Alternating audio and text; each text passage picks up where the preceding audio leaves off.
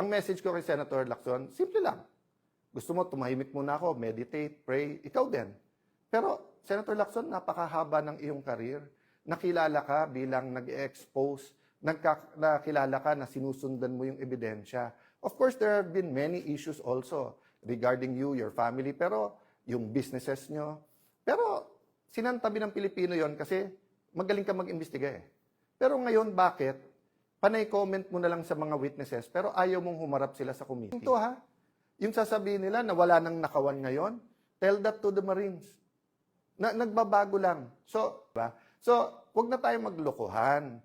Yung kahapon, kasi may 13 na kayo, at gusto nyong palitan ang Senate President kasi gusto nyo, tuloy-tuloy na yung impeachment at ang gusto nyo, grupo nyo ang magdikta ng tempo through the presiding officer. That's been very clear to us from the start, di ba? Nung February pa, nung ipepwesto natin si Senator Loren Legarda bilang Senate President, yun ang sinabi, hindi sila papayag dahil impeachment ang importante.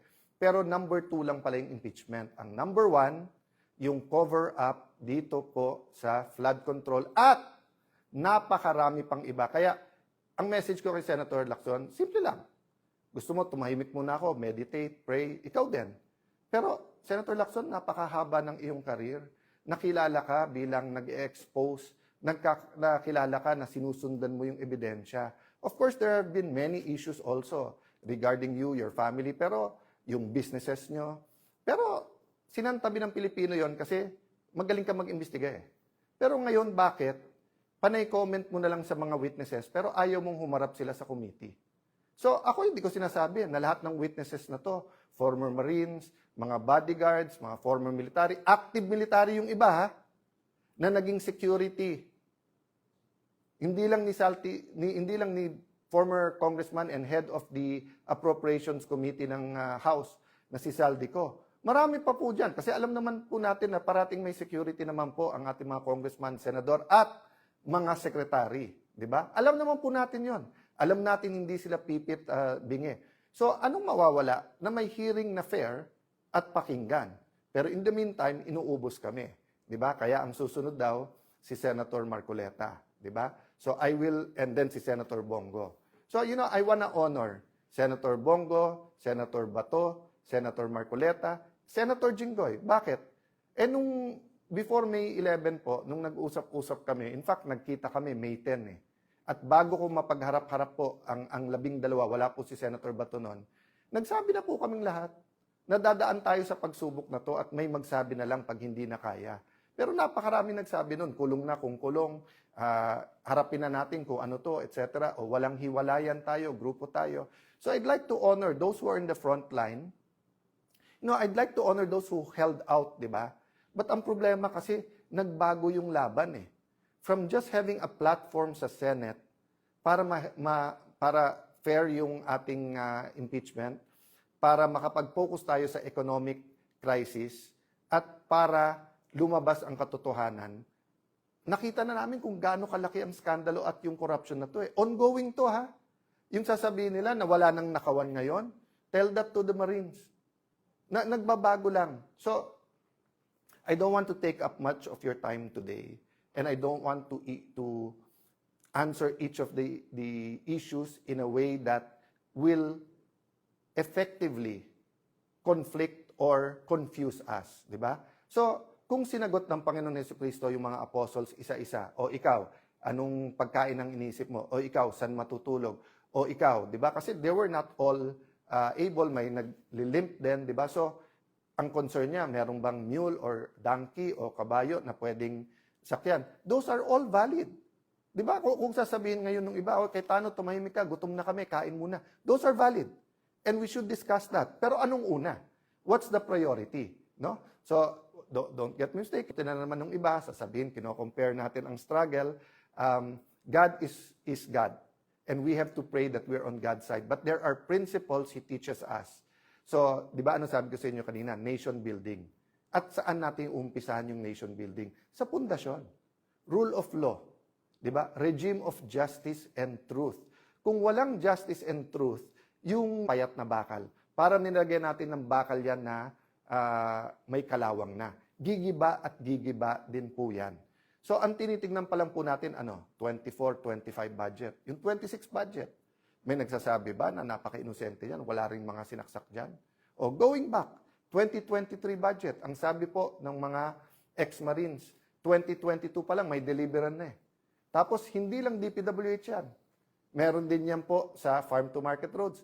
Meron din daw sa school buildings. Meron silang binabanggit na noong 22, 23, BIR. So, napakarami po. Alam naman na po natin eh, na may corruption. Again, don't get me wrong. What I'm looking at is the systematical rubbing blind our people in the last few years. No?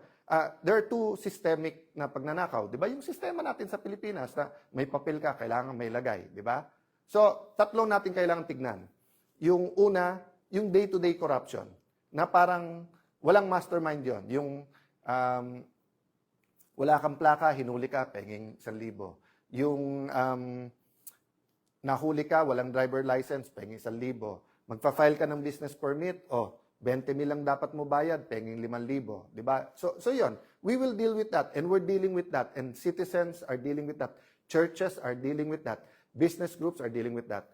Pangalawa, yung systemic, yung ganun na sa Pilipinas, yan ang kalakaran.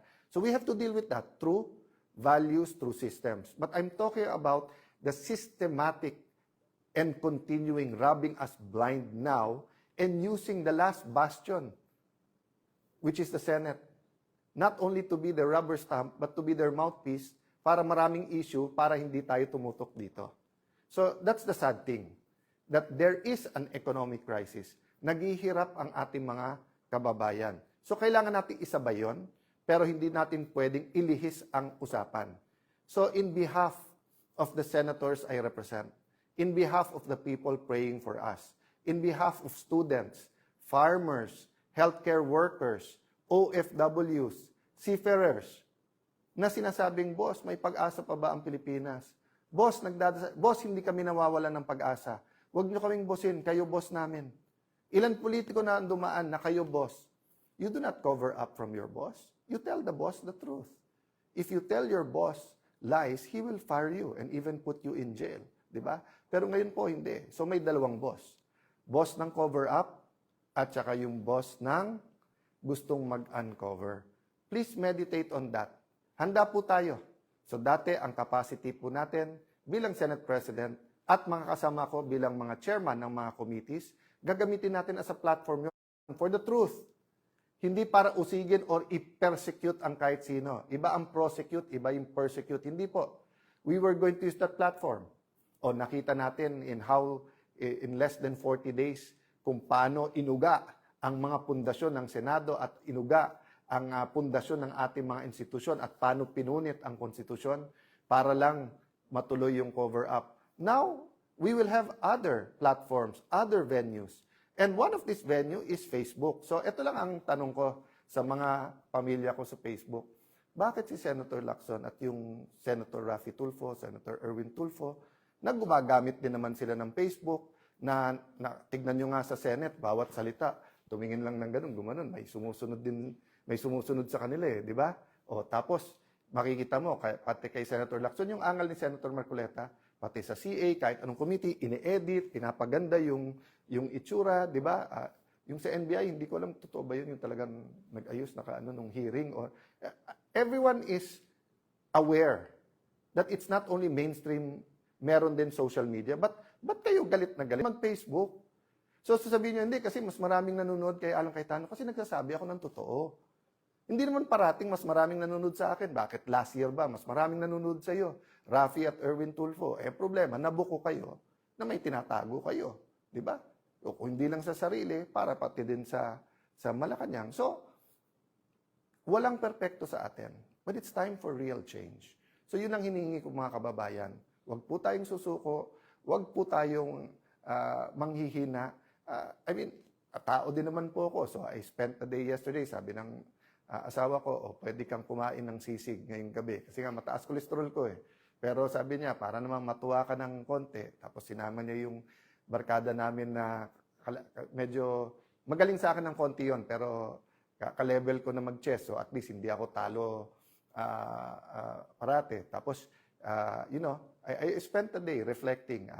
Tinext ko mga kasamahan ko as a group, individually, na kailangan ito ang sitwasyon, ituloy ang laban.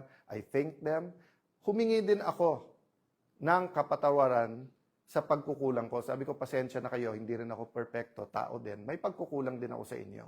So sa ating mga kababayan, kung may pagkukulang din ako sa inyo, hindi lang bilang Senate President, hindi lang bilang ordinary senator, even in how I articulate these issues, pagpasensyahan nyo. But like you, let's all do our best. Let's not lose hope.